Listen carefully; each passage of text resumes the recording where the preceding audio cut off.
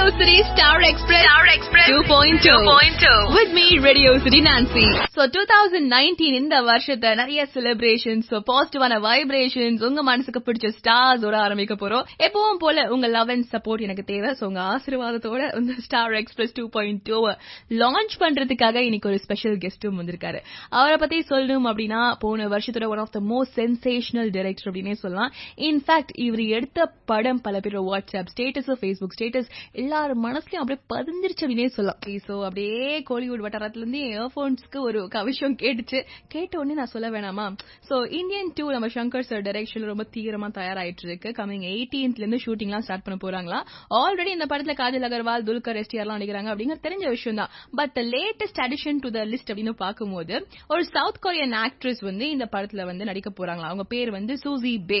And நிறைய shorts and scenes இந்த படம் வந்து பாத்தீங்கன்னா தைவான்ல வந்து ஷூட் பண்ண போறாங்களா. சோ படம் தயாராயிட்டு இருக்கு. அதே வேகத்துல ரிலீஸ் ஆனா சரி அப்படின்னு சொல்லிட்டு இந்தியன் 2 படத்துக்கு நம்ம ரேடியோ சிட்டி ஸ்டார் எக்ஸ்பிரஸ் சார்பா ஆல் தி பெஸ்ட் விஷ் பண்ணிடலாம். அண்ட் இது போக இன்னைக்கு நம்ம ஷோட லான்ச்க்கு ஒரு ஸ்பெஷல் ஸ்டார் வராங்கன்னு சொல்லியிருந்தேன். ஒரு க்ளூ கொடுத்திருந்தேன். அவர் வந்து ஒரு சென்சேஷனான டைரக்டர் ஆஃப் 2018 அப்படின்னு. செகண்ட் க்ளூ கொடுக்கணும் அப்படின்னா இவரோட படம் பார்த்ததுக்கு அப்புறமா நிறைய பேர் வாட்ஸ்அப்ல குரூப் எல்லாம் ஃபார்ம் பண்ணி அவங்க பழைய ஸ்கூல் ஃப்ரெண்ட்ஸ், காலேஜ் ஃப்ரெண்ட்ஸ் எல்லாம் மீட் பண்ணணும்னு சொல்லிட்டு ஒரு ரீயூனியனே அரேஞ்ச் பண்ணியிருந்தாங்க. இந்த படத்தோட இன்ஸ்பிரேஷன் அப்படின்னு கூட சொல்லலாம். சோ யார் அந்த ஸ்டார்னு ஆல்மோஸ்ட் கண்டுபிடிச்சிருப்பீங்க. சோ நம்ம ஸ்டுடியோஸ்க்கு வந்திருக்க அந்த ஸ்டாரோ நீங்க கெஸ் பண்ண அந்த ஸ்டாரோ மேட்ச் ஆகுதா இல்ல அப்படின்னு பாக்கணும் இல்லையா. லான்ச் வேற நடக்க போகுது. உங்க பிளெஸிங்ஸ்லாம் எனக்கு தேவை, உங்க லவ்லாம் எனக்கு தேவை. இதெல்லாம் கேட்டு தெரிஞ்சுக்கணும் அப்படின்னா ஸ்டே டியூன். ஸ்டார் எக்ஸ்பிரஸ் 2.0 கேட்டுட்டு இருக்கீங்க. அண்ட் நான் உங்க ரேடியோ சிட்டி நான்சி. இன்னைக்கு லான்ச் டே அதுவுமா இன்னைக்கு ஒரு எக்ஸைட்டிங்கான ஒரு ஸ்டார் வராரு. நம்ம எல்லாருக்கும் பிடிச்ச ஒரு ஸ்டார் வராரு அப்படின்னு சொன்னேன். சோ இன்னைக்கு நம்ம ஸ்டுடியோஸ்க்கு வந்திருக்காரு 96 படத்துல டைரக்டர் பிரேம் குமார். ரொம்ப சந்தோஷமா இருக்கு சார் நீங்க என்னோட ஷோ வந்து லான்ச் பண்ணதுக்கு. ரொம்ப ஹாப்பியா இருக்கேன். 96 it's been a great movie. நிறைய பேருக்கு வந்து ரொம்ப பிடிச்ச ஒரு மூவி ஆயிடுச்சு போன இயர்ல. இவ்வளவு பேர் 96 கொண்டாடுறாங்களே, எப்படி ஃபீல் பண்றீங்க? கண்டிப்பா அது ஏதோ ஒரு வகையில அவங்கள அது டச் பண்ணிருக்கு. அதனாலதான் இந்த அளவுக்கு அதை கொண்டாடுறாங்கன்னு நான் நினைக்கிறேன். ஏன்னா வெறும் அது ஒரு ஹிட்டா மட்டும் என்னால பார்க்க முடியல. அண்ட் அதே சமயத்துல என்னோட ஷோ நீங்க லான்ச் பண்ணிருக்கீங்க. ஸ்டார் எக்ஸ்பிரஸ் 365 days 365 stars அப்படிங்கிற concept. It's an honor for me to do this. ஒரு விஷயத்தை ஆரம்பிச்சு வைக்கிறதுங்கிறது நல்லது. சோ அது நானா இருக்கிறது எனக்கும் பெருமையா இருக்கு. அண்ட் எனக்கும் ரேடியோ சிட்டிக்குமே ஒரு பெரிய ஒரு லாங் ஸ்டாண்டிங் ரிலேஷன்ஷிப் இருக்கு. என் ஃப்ரெண்ட்ஸ் நிறைய பேர் இங்க ஒர்க் பண்றாங்க.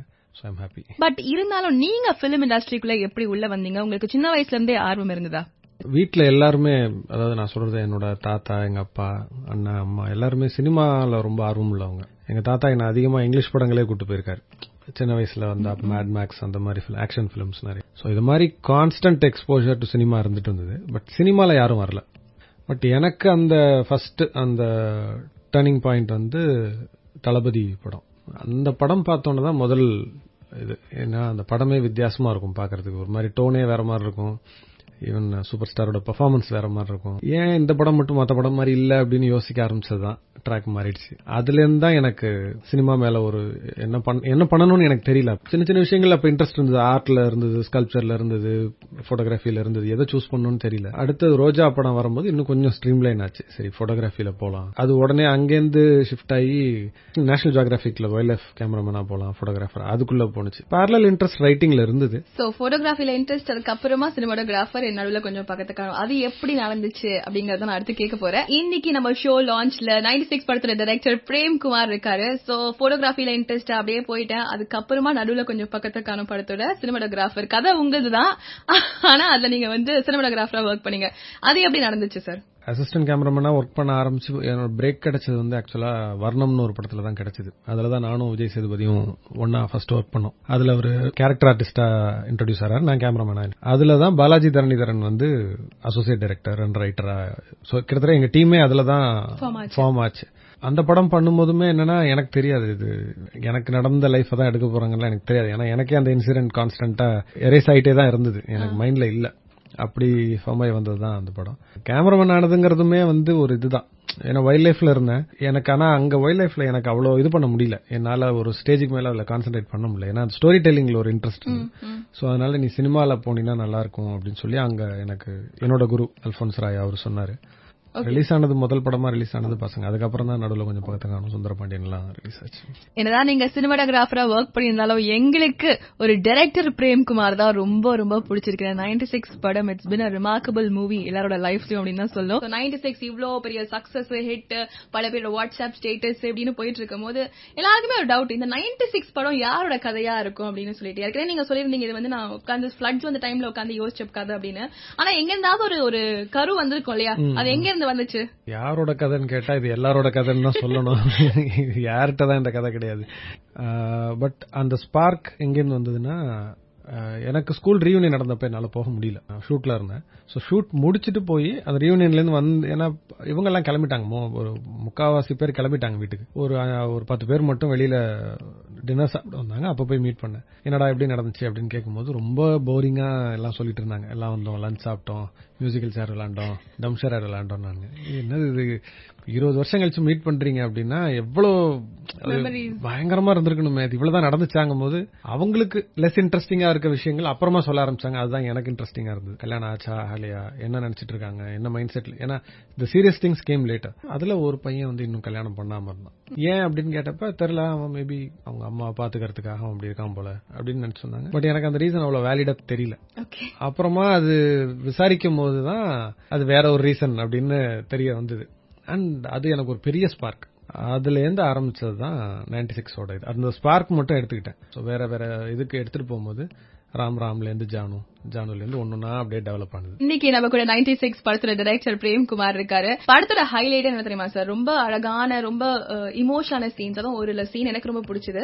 ஏர்போர்ட்ல ட்ரிஷா வந்து விஜய் சேதுபதி மேல கை வச்சு அழுத ஒரு சீன். பட் உங்களோட ஃபேவரட் சீன் தான் நீங்க எதை சொல்லுவீங்க? அது எனக்கு அது ஒன் ஆஃப் மை ஃபேவரட். அது ஸ்கூல்ல ஃபர்ஸ்ட் டைம் 2 பேருக்கும் லவ் வந்து திரும்பி பார்ப்பாங்க. அது வெறும் பார்வை தான் இருக்கும், அதுலயே அந்த லவ் கன்வே ஆகும். as a director the most challenging scene. காலேஜ்ல 2 பேரும் ஃபர்ஸ்ட் டைம் அந்த ட்ரீம் சீக்வன்ஸ் இருக்கும்ல, நிறைய சொல்லலாம். ஈவன் அந்த வாட்ச்மேனை மீட் பண்றதே எனக்கு, நான் எடுக்கும்போது எனக்கே ரொம்ப இமோஷனலா தான் இருந்தது.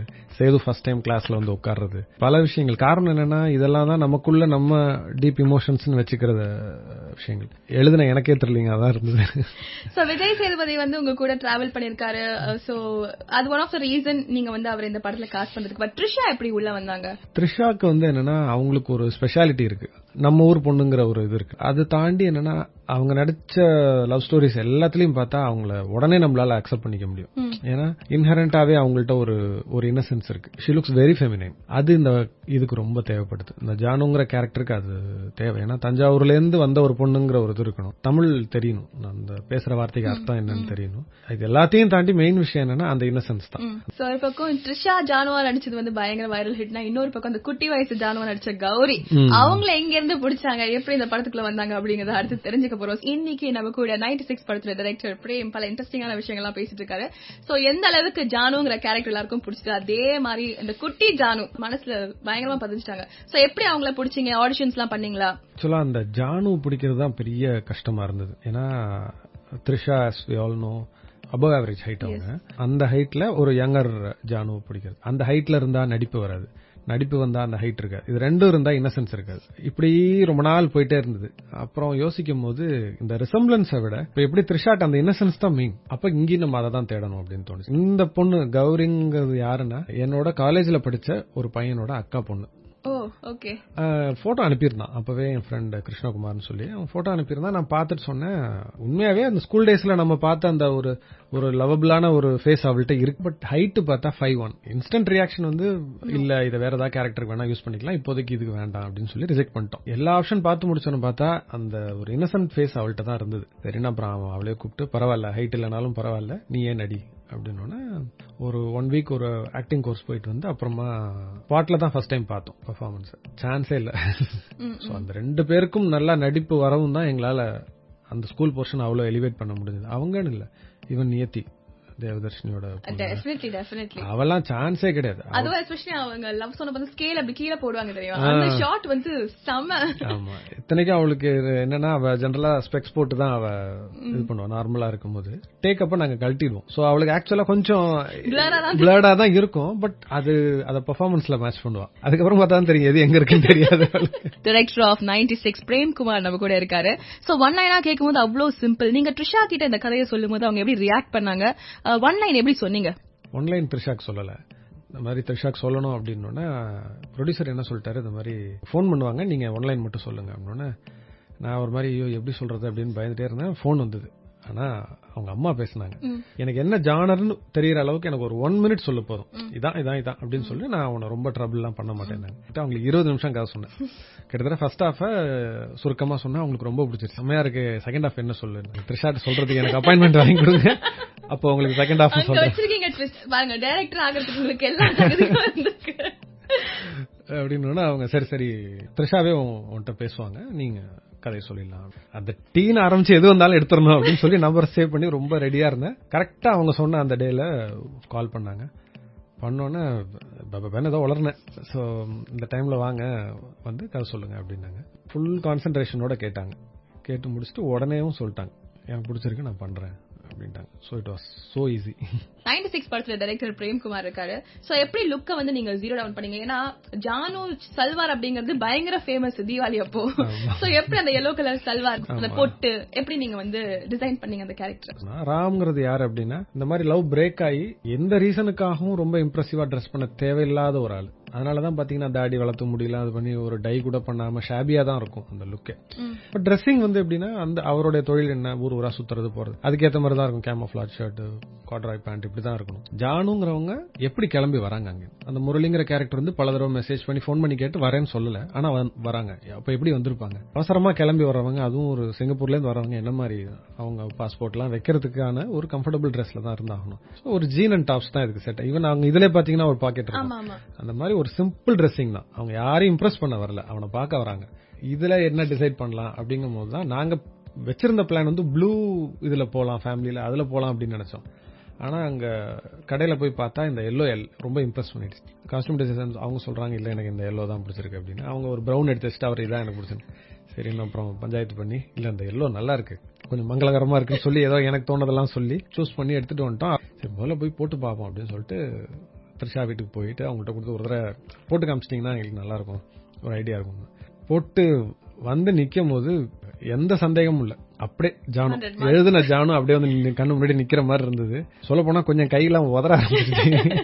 ஆஹா அப்படிங்கிற மாதிரி நிஜமா வந்து நிக்கிற மாதிரி இருந்தது. அப்புறம் அதுல ஒன்னும் இதே இல்ல, சந்தேகமே இல்ல, அப்படியே ஃபிக்ஸ் பண்ணிட்டு போயிட்டோம். இனிமே ஃபேன்சி ட்ரெஸ் காம்படிஷன்ல ஜானு கேரக்டர் கெட்டப் போட்டு வந்தா கூட ஆச்சரியப்படுறதுக்கு இல்ல, அவ்வளவு ஃபேமஸ் ஆயிடுச்சு. 96 படத்துல டைரக்டர் பிரேம்குமார் இருக்காரு. அடுத்த ரேபிட் ஃபயர் செஷன் நம்ம வந்து 96 படம் பார்த்தோம், ரொம்ப டச்சிங்கா இருந்தது, ரொமான்டிக்கா இருந்தது. பட் உங்களுக்கு இது வரைக்கும் எந்த படம் பார்த்து பயங்கரமா ஃபீல் பண்ணி உங்களுக்கு லவ்லாம் ஞாபகம் வந்திருக்கும்? லவ் ஸ்டோரிஸ் சொல்ல முடியாது, பட் தளபதி படம் பார்த்தப்ப பயங்கரமான ஒரு லவ் ஃபீல் இருந்தது மனசுல. அப்படியே அந்த படம் முடிச்சுட்டு போய் யாரையாவது லவ் பண்ணும் போல இருந்தது. அது அந்த படத்துல எனக்கு ரொம்ப வந்தது. நீதான் என் பொன் வசந்தம் படம் பார்க்கும்போது, அப்கோர்ஸ் அப்ப எனக்கு கல்யாணம் எல்லாம் ஆயிடுச்சு, பட் பார்க்கும்போது அந்த தாக்கம் இருக்குன்னு சொல்லுவோம்ல, அந்த லவ்வோட தாக்கம் வந்து ரொம்ப நாள் இருந்தது. இது காக்க சொல்லலாம். எக்ஸாக்டா அப்ப நான் ஜஸ்ட் லவ் பண்ணிட்டு இருந்த டைம். சோ அது அந்த டைம்ல அது பாக்கும்போது ரொம்ப ஒரு பாதிப்பு. சோ நீங்க இன் ரியல் லைஃப் ரொமான்டிக்கா இல்லாட்டி இல்லங்க நான் அவ்வளவு ரொமான்டிக்லாம் கிடையாதுன்னு சொல்லுவீங்களா? இல்ல, நான் ரொமான்டிக் கிடையாது தான். அதனாலதான் இப்படி ஒரு படம் எடுக்க முடிஞ்சிச்சு. சுத்தமா கிடையாது எனக்கு. அப்ப நீங்க ராம் மாதிரி அந்த படத்துல டு சம் எக்ஸ்டென்ட். சரி, உங்க லேட்டஸ்ட் பிக்கெஸ்ட் அடிக்ஷன் என்ன சொல்வீங்க? வீட்டுல நிறைய பூனை வளர்க்குறேன், அது வேணா சொல்லலாம். இப்ப அது ரீசெண்டா நிறைய இருக்கு. அடிக்ஷன் ஃபிட்னஸ்ல கொஞ்சம் அடிக்ஷன் உண்டு, ஆனா பண்றது இல்ல, சும்மா பேசுறதோட சரி. காதலே காதலே சாங் பல பேரோட ring tone, caller tune, WhatsApp எல்லாம் பாத்தீங்கன்னா காதலே காதலே வந்து அப்படியே மூழ்கி இருக்காங்க. உங்களுக்கு அந்த மாதிரி ஃபேவரட் சாங்னா எது?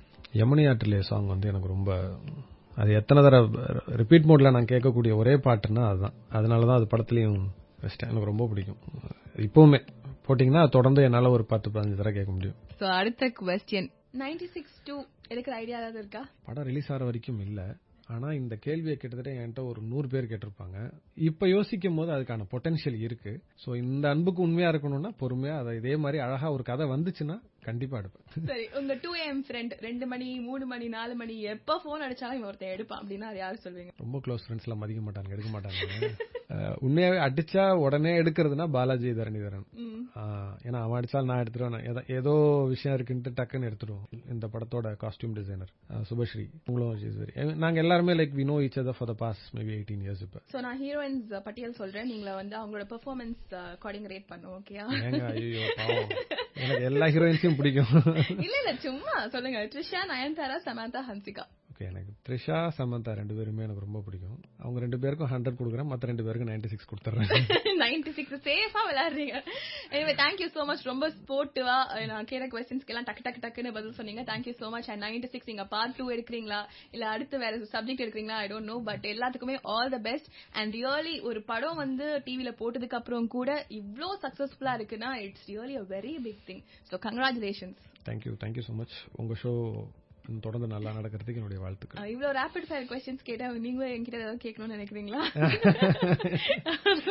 கேள்வி நீங்களே கேளுங்க, பதில் மட்டும் நான் சொல்றேன். thank you so much sir. அடிக்கடி ஸ்டுடியோஸ்க்கு வாங்க. உங்க அடுத்த படத்தை பத்தி ப்ளீஸ் கீப் us updated. கண்டிப்பா. thank you. So Star Express ஓட ஃபர்ஸ்ட் டே லான்ச் ரொம்ப சிறப்பா நிறைய எக்ஸைட்மெண்டோட போச்சு. இதே மாதிரி 365 நாள் 365 ஸ்டார்ஸ் மீட் பண்ண போறோம், நிறைய விஷயங்கள் பேச போறோம். பட் நாளைக்கு யாரு யோசிச்சே இருங்க, நான் நாளைக்கு வந்து சொல்றேன். உங்க லவ் அண்ட் சப்போர்ட் எனக்கு என்னைக்குமே தேவை. with all that love நான் உங்களை நாளைக்கு மீட் பண்றேன். ரேடியோ சிட்டி தமிழ், எங்கேயும் எப்பொழுதும்.